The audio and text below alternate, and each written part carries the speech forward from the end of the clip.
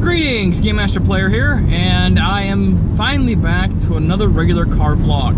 Now, you may notice that I'm a little bit underdressed as opposed to normal.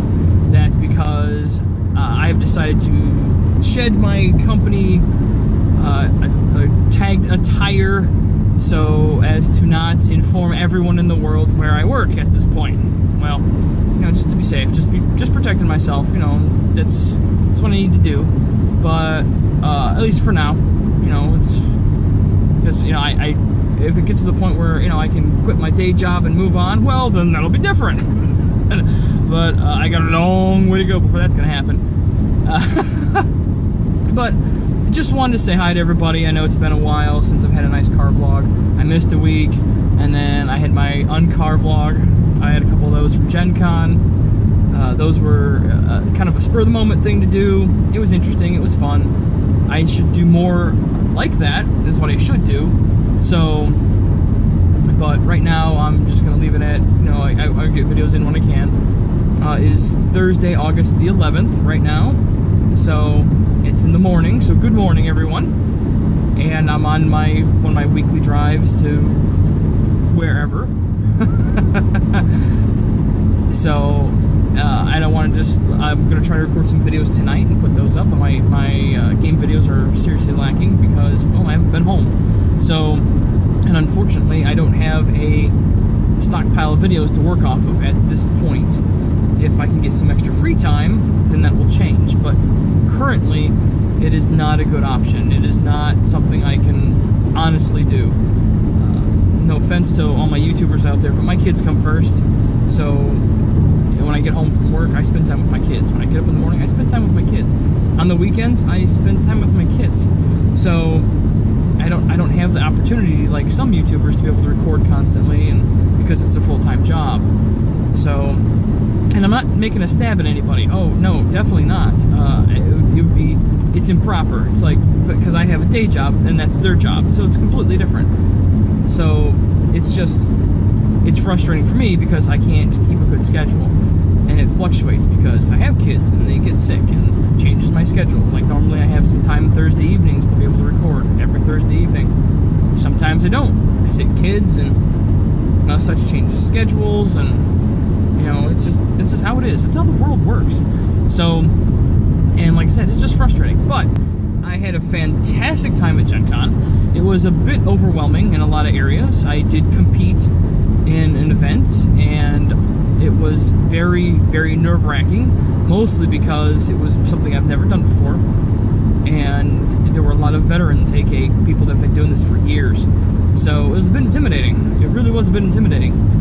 But the gentleman that was my GM the first time I played was there competing, so he was my competition, and it made his day to tell him that, hey, I still remember the game you ran, and I got more of my friends to play now, and I'm competing because, and that made his day. He's able to share something of his and that he has a passion about, and it makes a difference to us. It's, as a game master, that basically you're a storyteller, and you like to tell good stories. And if people if you write a good book, people like to talk about this book that they wrote, and other people read the book and then they talk about the book that he wrote, or he or she wrote, that they wrote, and it goes on and so forth, so on and so forth. Well, that feels good, and I don't have to make millions of dollars or even tens of dollars on a story. But if people are sharing it and repeatedly sharing it with new people, and it gets them involved, and they want to be part of it, or they want to be part of a story, well, that's awesome. That really says a lot to, it gives me a lot of, good feelings about how I'm doing a good job. So, word of mouth is a big thing in my industry, in my choice of hobby.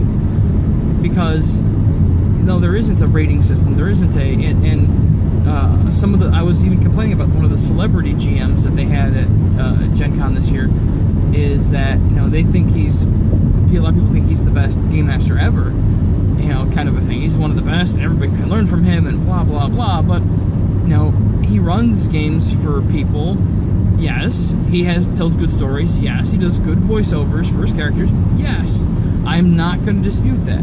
Can he handle an unruly table? No idea, because it's recorded. Nobody ever gets to see any of that stuff. And the people that he's recording with, well, they're pretty popular too, so they're not going to act up and be a bunch of jerks either. So part of the process is to get people to work together, to cooperate, to communicate. You know, not everybody in the group is necessarily a close friend. It's usually the dynamic you get is you've got a couple, or usually a core group of friends, and then you've got a couple, the friend of a friend kind of a situation. So I'm not saying they're any less important than anyone else at the table. It's just that in the circle of things, they're not part of that main branch of the, that main part of the circle. They're kind of an offshoot on the side. So they work with their friends, and then that friend works with their friends.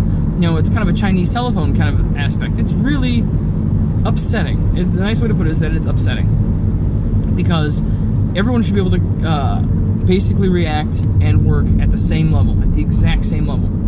Everyone's a bunch of peers, and that's what needs to be done. So the reason why they're not doing it, well, some of it, sometimes it's ego, sometimes it's a couple different things.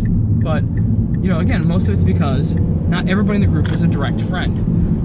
Everyone's doing it because they want to play. Everyone's doing it because they've heard about the game or whatever it might be. So, but it's not a, I can't say one game master is better than another. Each one, like for example, the Iron GM, I was a random table, completely random table. I didn't know those people, never gamed with them before, that kind of stuff. And I had a good time, yes. Did they have a good time? Well, I hope they did. And in all honesty, it was one of those things that, like I said, it's a complete random crapshoot. You don't know what's going to happen. I can have unruly players. I can have guys that don't cooperate. I can have, there's a lot of things that I can have and that I can do.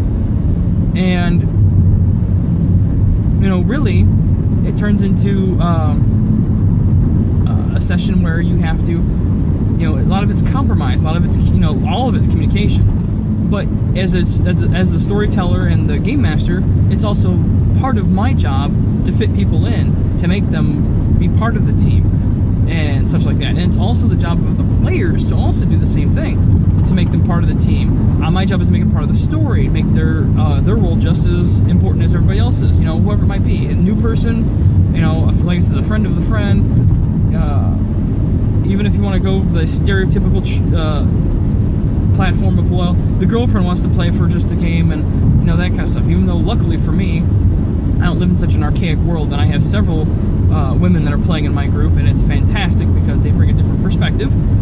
People from different walks of life and different genders, different backgrounds, they bring different perspectives to the game. Makes it a lot of fun, a whole lot of fun. So, and then you don't have guys trying to play, girls, or girls trying to play guys, because sometimes it's good for some people, sometimes it's very unnatural and it doesn't flow right, because they just don't understand certain things. Not to sound sexist or anything, but a woman knows about a woman, a man knows about a man. That's because that's what you are. You're very familiar and intimate with what your body is like and how your body functions and things like that. And just this, so, people are observant and they can play other roles and other characters, and that's fine. I have no issue with that. It's just that it's uncomfortable for a lot of people if you've got some person playing an opposite gender, an opposite role that doesn't quite fit them. Because again, part of it is playing a character and is playing a part, but a part of that character is still you. You still make part of that character. Look at how actors are. If you want to use that as an example, you've got here's one of my best examples. Now, I'm not belittling the actor, because Sean Connery is a fantastic actor, but in Hunt for an October, he was not very Russian.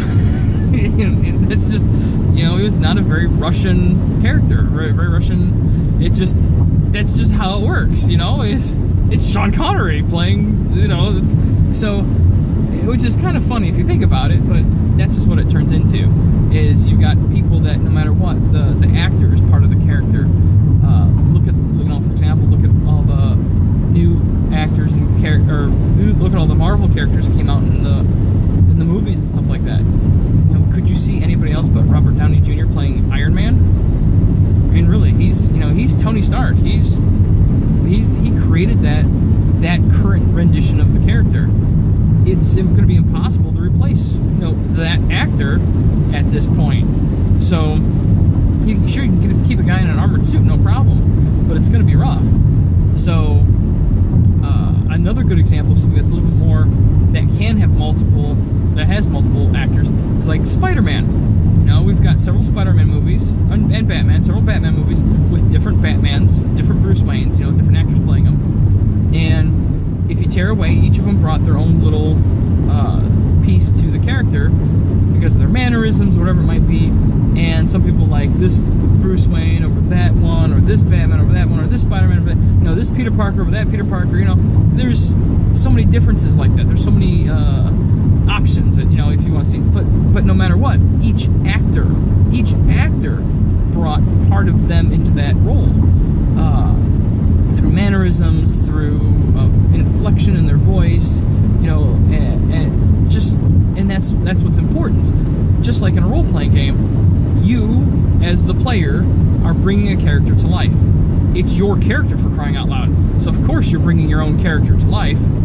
So, but you control their mannerisms, you control their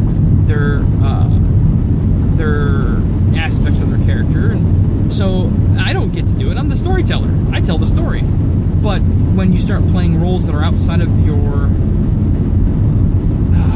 perceived comfort zone, as in what people see you as, that's when it turns into an issue. So, wow, that's a really long tangent for something so trivial.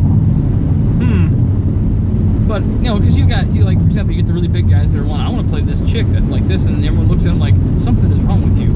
And it's not. It's just something people like to play characters that are different. They like to, explore other aspects of the personality and of other people's personalities, and, this is perfectly fine.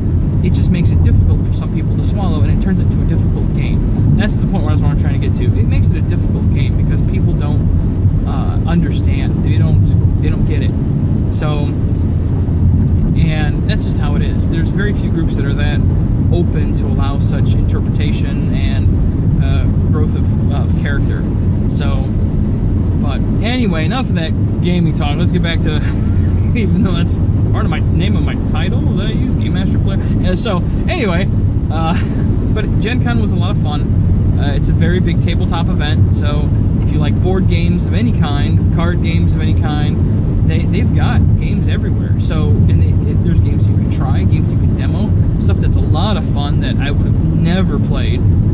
Games that I've learned about that are fantastic, and I can actually get my kids to play. I can get adults to play, and I can get kids to play, and I can, there's so many wonderful things. Like I'm going to share with you. There's a game that's called Story Cubes, and it's a set of 6 dice in a box. You take it out, you roll them, and whatever's on the face, you make a story. That's your job. You got to make a story, and that's kind of it's quick thinking. You gotta go with it, and it doesn't have to be complicated. It doesn't have to be super big. It just needs to be a good connected story, and I think that's awesome. I really do. I find it to be fascinating and fantastic. And it's something my kids can play. It's something I can play. It's something my parents can play. It doesn't matter. There's no age limit. There's no age restriction at all. They're pictures. You tell a story from a picture. There you go. So that one was, I gotta look for that one. That one's really cool. I didn't know about that one before. So if any of you out there already knew about that, then why didn't you share it with me? No. And I did buy a game called Missing Link, it's a card game where you have 2 cards in your hand, and you have to come up with words that connect them somehow. And and people have to guess, and people guess, and they win the cards, and they get the point. They score the point, basically. But you get to show one of them face up. You get to pick which one you show face up. So, and some of them make sense. I had like ocean and dog, and I'm like, both are one would like something about vacation, playing, family, and eventually somebody got dog. It was a lot of fun. Somebody got dog. It was kind of hard though. Ocean and dog. The hardest one was bacon and blanket. The one I didn't use is like you can both like to be wrapped around things, But like, I'm like, they're both mostly flat. They both are very comforting. They both can be warm. They both. It's just, it's terrible. It's absolutely terrible. So, but how are you gonna connect bacon and blanket? I mean, really, it was very, very hard. It was a lot of fun though. It was a lot of fun. And so I bought the game because I think that game was something I can, again, play with my kids, play with adults, and still have a good time. So I want to go back to playing Apples to Apples with my friends, because that was a fun game, just because it's just a fun game. When you play games like that, you get to learn about people, and that's what's great. That's why I did that one Would You Rather, and I might do another one of those, is because, you know, that way you can learn about me, right? You can watch it and see how I think about stuff, and just, you know, however, it's just so you can learn about me. I'll try to answer everything as honestly as possible and push through and keep going. But anyway, this video's been going on for a bit of a time. I don't want to turn it into a huge long rant. I just want to say thank you again for giving me some time and chatting with me this morning. Next time, you know, maybe I'll do gamers in cars with coffee. No, that's something. But I do have coffee. I need my coffee. Which also, for those that did know, I'm back on caffeine again. Thank God. Which was a very difficult thing to do. I did indeed go until Saturday at Gen Con without a drop of caffeine or coffee. Nothing. I was challenged. I took the challenge because I was competing on Saturday and I didn't have a lot of sleep. I wanted to be sharp, and it really did help. Having caffeine really did help me in that case. So, and that was a lot of fun. But so I decided, you know, and the hot meals, you know, that's the only thing. Go back to a quick Gen Con not rants, but chat, is that because of the events and because of how the scheduling was, I only ended up with like 5 hot meals, or not 5, not including breakfast, because breakfast was free from the hotel. I had like 3 hot meals. That was it. 3 hot sit-down meals. That's rough. That is absolutely rough. You know, no rushing, that kind of stuff. That were actually meals. That weren't snacks or weren't this or that. I had 3 hot meals. So it was a very trying time on that one, and I think I lost a little bit of weight. I got to be more careful about it next year. The food was really bad for me in general, because I did have some bad food, and as in not healthy and that kind of stuff. I know I couldn't go out and get a good salad, for example, or anything like that. So that's all fast-like food, and that was the bad part. When I had the opportunity to have a salad at dinner, I didn't. I went all meat potato kind of a thing, because I needed to have fuel. That's the reason I did it. I needed fuel. I needed to have something substantial, protein-wise, and I took it. I went for it, and I took it. So, but I don't think I'd do that again. Really, I will probably. I think about next year. Next year's gonna be different. So, next year I'm gonna record a few other things and keep track of stuff a little bit more. Maybe, you know, share some information about it. So, anyway, thank everyone for watching this video. I will see you next time in a wonderful car vlog. We will be chatting about, I don't know, you leave something in the comments below and tell me something you want to talk about. We'll talk about it.